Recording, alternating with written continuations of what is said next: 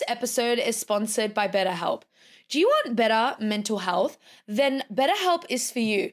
It is affordable, accessible, and most importantly, personalized online therapy.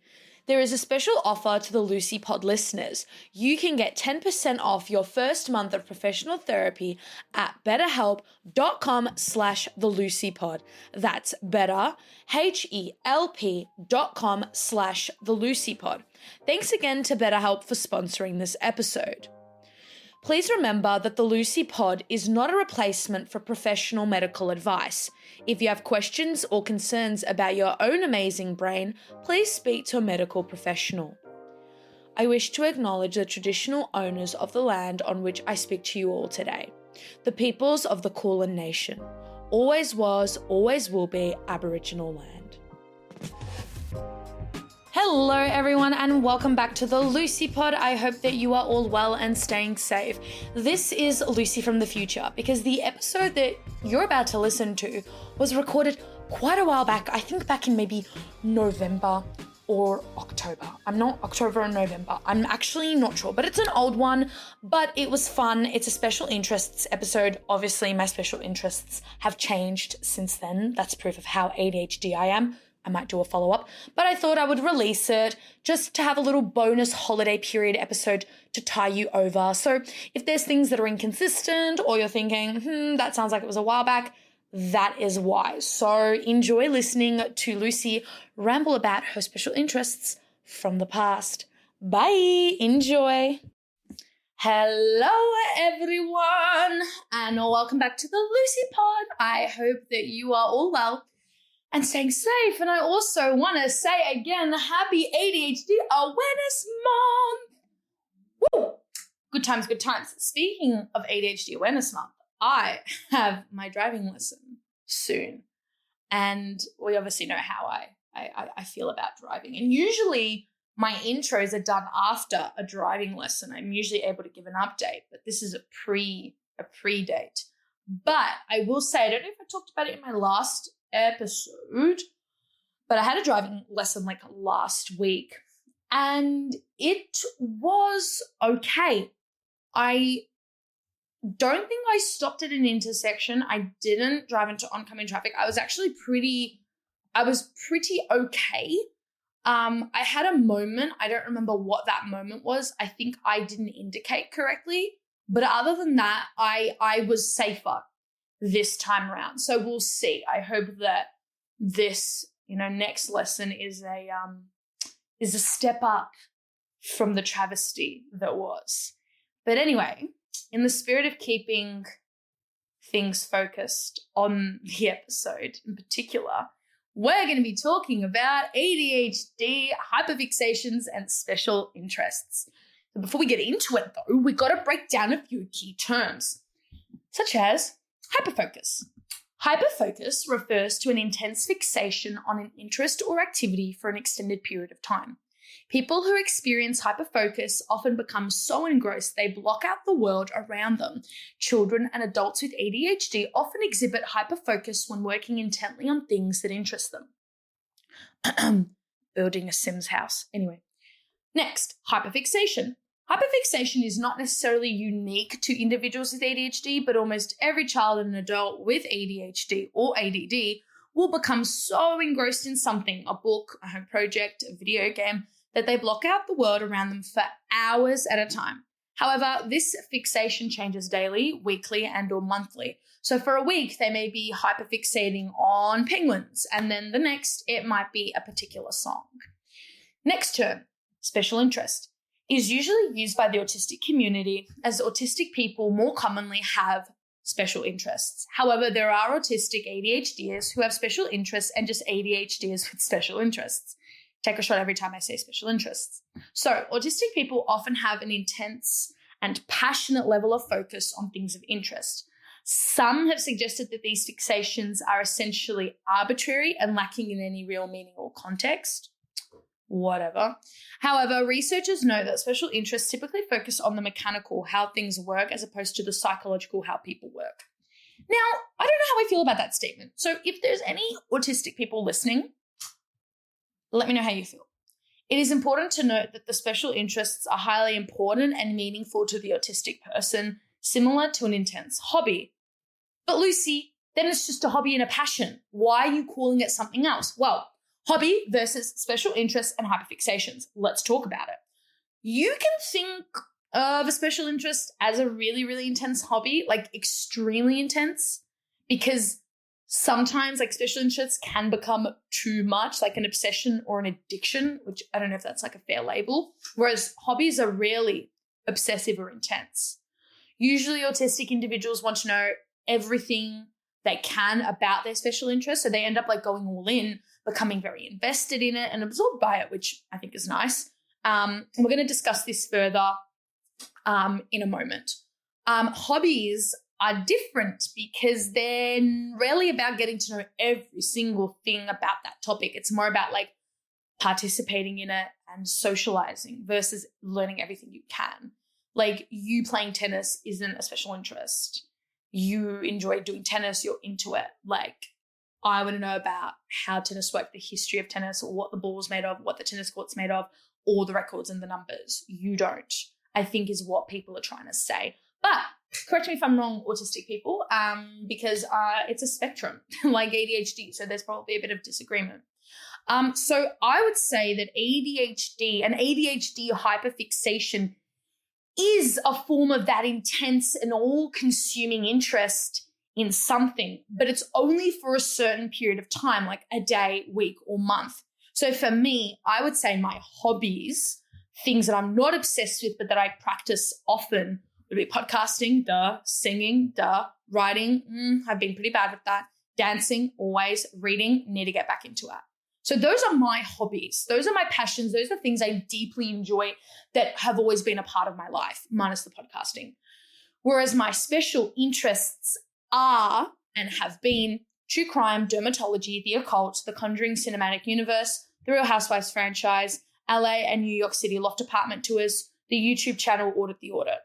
Now, some of these fixations are ongoing, but I dip in and out of them. Like the ongoing one would be the Real Housewives. Like that's my primary fixation. It's always going to be there, but its intensity is going to vary. And then some of these I don't care about anymore, but I might like dip back into them. So I don't care about the Conjuring cinematic universe anymore. True crime, it's not necessarily true crime. I will focus in on a particular crime and then it'll pass. I would talk about the particular crime that I'm focused in on, but it's just a bit too dark and I don't want to get this episode removed. But it's involving a very, very interesting case of someone thinking that they are smarter than the police and getting caught on camera. And that's all I'm going to say. Now let's talk about the controversy of hyperfixations and special interests. Now, for me, I think this all sounds lovely. You know, people having a passion that makes them happy and that they want to be consumed by because they're not hurting anyone, they're not hurting themselves. So there really shouldn't be an issue, right? Well, there's people who take issue with the idea of hyperfixations and or special interests, in particular with autistic people, especially autistic children. There are some forms of intervention and therapy that have like tried to heavily discourage special interests because apparently it's problematic to be super, super, super into Lego or painting. And look, I do get it. It can be overwhelming and even irritating to have someone ADHD or autistic or just neurodiverse doing your head in about a topic that interests them. You know, I have been an info dumper and I've been info dumped on, and I know it can be annoying and not interesting at all. Like, you know, I don't really care about that particular book and that character, yet you're doing my head in about it. I really, really, really couldn't care less. But to just discourage everything, like to just discourage a hyperfixation with special interest isn't very fair, because I think we have to give people a bit more credit. I think as people grow and mature, they learn how to do people's heads in with these things. But it would be nice in turn if neurotypicals could have a little bit of patience when someone's really interested in something. I mean, I really don't want to hear about this model of car and your obsession with it. I find it boring. But it's like no more boring than people who just go on about sport or like, you know, for example, the AFL compulsively. I find that actually really bizarre and strange rather than someone who's really into a particular aspect of, I don't know, a pencil. Like there's nothing interesting about your new Audi and what adjustments you want to make on it. And I really don't care about the footy and how that's the first thing that you say to me when I ask you how you want to go, did you see the game? Like I find that weird that you cry at footy matches, right? I find that strange. Yet you feel that you can talk about it freely. You guys go on about it. And by you guys, I mean neurotypicals. And that is fine. So if someone, God forbid, wants to go on about a particular thing, a particular detail in a particular way, maybe just give them a bit of grace and patience. Okay, but Lucy, I'm genuinely worried about coming off as annoying and no one seems to understand my interests. Okay, well, look, it's awkward to info dump or share interests with someone or people around you if they're not into it. It can feel really disheartening and it can make you feel very rejected and sensitive. Like, you're talking about something you're really into and your eyes light up and people either just ignore it, laugh at it, or just like are mean about it. I get it. It can feel really hurtful. I mean, you should see the way footy fans react when you tell them they're not interested. Like the reaction I have received, like I'll say to people, yeah, I'm not really into the footy. Like I don't care for it. And they go, what? Well, you're not really Australian if you don't like footy. And it's like, so people in Sydney aren't really Australian because they don't like footy because they do rugby. Like it's just so bizarre. So I totally get how it feels to have something that you're really passionate about be shut down because they don't like it or they're not interested or they're annoyed by you. But this is where community comes into play. And it can be an in-person community or an online community. And I guarantee you that although Reddit is a cesspool in a lot of ways, it's also a fantastic way to join an online community, an online group that has a focus on a particular topic and has like-minded people in it. Like as I said, one of my long-time hyperfixations is the Real Housewives franchise. And there aren't many people in my like real life or immediate circle who are as intensely interested in it as I am. And this is why I joined the Real Housewives subreddit, because everyone in there is fascinated by the Real Housewives and wants to talk about it all of the time. And it's the only thing we talk about.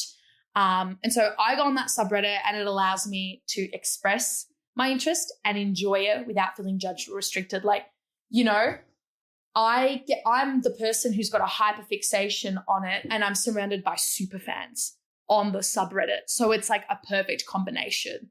And it's just so fun to be able to chat. Because in my personal life, I might mention it to a friend and then be like, oh yeah, like that's funny, but we can't have that back and forth. Like when I say to you, just own it, Kim, just own it. I need you to come back at something. Like I need you to quote Lisa Vanderpump. I need you to know who Lisa Vanderpump is. And you don't, and that's okay. So that's why when I need to info dump about the Real Housewives, I go on the subreddit and I have all these people who are joining in with me. You could also go to that thing called Comic-Con. I mean, I'm not trying to stereotype and say all ADHDs and autistic people are into anime and manga, but that's full of like amazing and creative neurodivergent people. And like what better place to go and celebrate your interest in something than a literal convention where you get to dress up as your special interest and fixation and be around other people who are doing the same. Like that, there should be, there's BravoCon, which is in the States and it's too expensive. But like, imagine if any Real Housewives fan listening, if we just had like a convention where we got to dress up as our favorite Real Housewives. That would just be, like, I would be complete. Like, I'm actually getting teary thinking about it. So you can do that. I think another good practice is asking other people whether they are ADHD or not, what their passion is, even if it may not be as intense as yours or as up and down as yours. I find it very nice to hear about people's passions. I like to see people get excited, as I do when talking about their interest. I think it keeps the conversation balanced. For example, I tend to do my boyfriend's head in about the Real Housewives. I mean, I have convinced him to to watch Real Housewives of New York with me. And see, I'm getting that urge again to say a quote. So I'm going to, and hopefully, Trent, you're listening, you laugh at this or recognize it. So there were a lot of like voices coming downstairs. One of them was a man's, that was Luann's. See what I mean? Like, I like being able to do this. So getting off track. See, this is what happens when I talk about my special interests in an episode. They derail. So I do my boyfriend's head in about Real Housewives and Ramona and Jill and all of those crazy psychotic women. And he's not that fascinated by it, but what he does, because he's lovely, is he watches an occasional episode with me, like with, New York, because he knows that I enjoy it and it gives him an ability to talk about it with me so that when I, bring up a quote, he knows what I'm talking about. And like what I try to do to accommodate him and his interests so I don't feel like I'm just bombarding him is I'll get him to talk about something he's really interested in.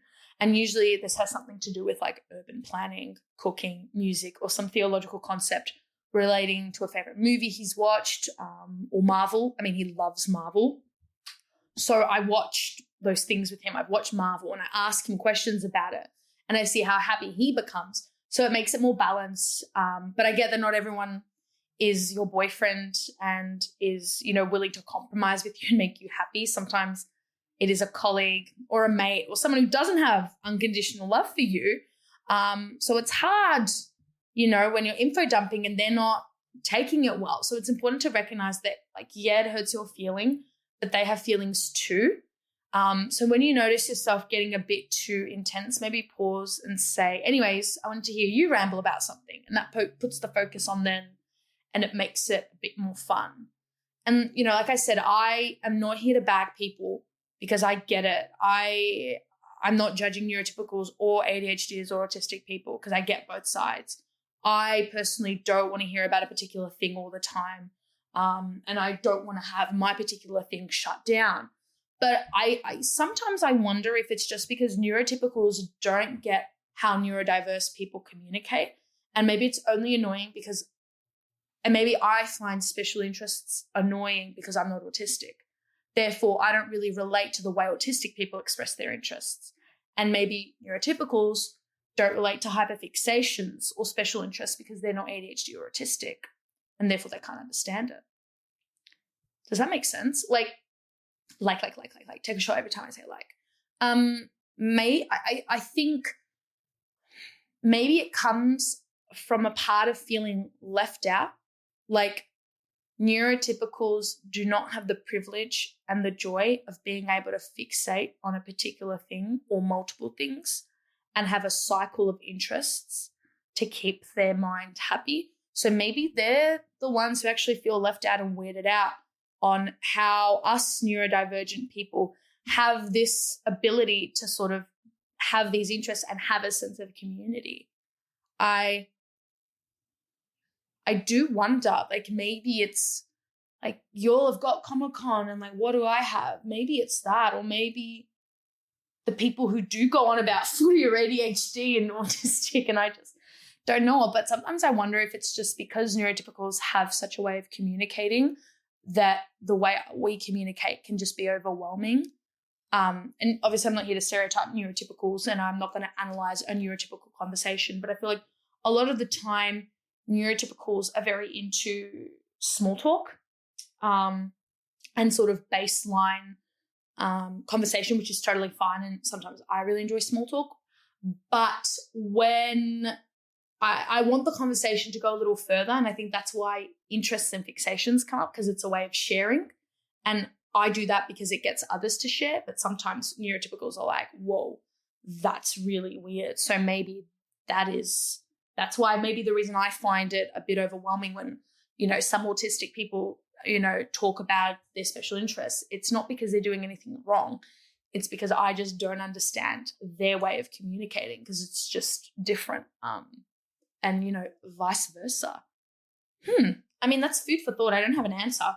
I don't think there's one right way to communicate or the best way. And I don't think every ADHDer communicates in a certain way or has a special interest. And you're not any less ADHD if you don't have one. But it's just interesting. Who knows? So with that being said, either in the comments of this episode post or in the reviews or even in my DMs, I want you to share what your special interest is or what your hyperfixation or fixations are at the moment. I did do a list of what mine are and were, but I will say right now my hyperfixation is like the current one that's always like at the front of my mind is the Real Housewives and that particular true crime case. So those are my two main hyperfixations, but I'm sure that that's going to change in like the next week or month. Like once I'm done watching all the interrogation videos of the true crime case, I will have moved on. And once I don't have any episodes left of any of the Housewife franchises to watch, I'll move on to something else. But that's sort of how it works for me. But I would honestly really, really, really love to hear what yours are. And if there are any Real Housewives super fans or ADHDers who are super into it, come and chat to me, because I would love to ask you what you're feeling about this recent episode of The Real Housewives of Beverly Hills. Do you think that Erica, taking a photo of Garcelle's book being in the bin was gross or not? Do you understand what Crystal was saying about the microaggressions? I want to talk about that. I need to talk about it. But you know what I'm going to do after this? I'm going to go to the subreddit and talk about it. But anyway, moving on, I want to say thank you so much for listening to this episode of the Lucy Pod. I hope that you enjoyed it. Do not forget to follow me on Instagram and Facebook at the Lucy Pod. And do not forget to follow me and give me 5 stars and stream me on all of your favorite streaming platforms, such as Amazon Music, Apple Podcasts, Google Podcasts, Spotify, and many, many more. Thanks again, and bye. Thanks again to BetterHelp for sponsoring this episode.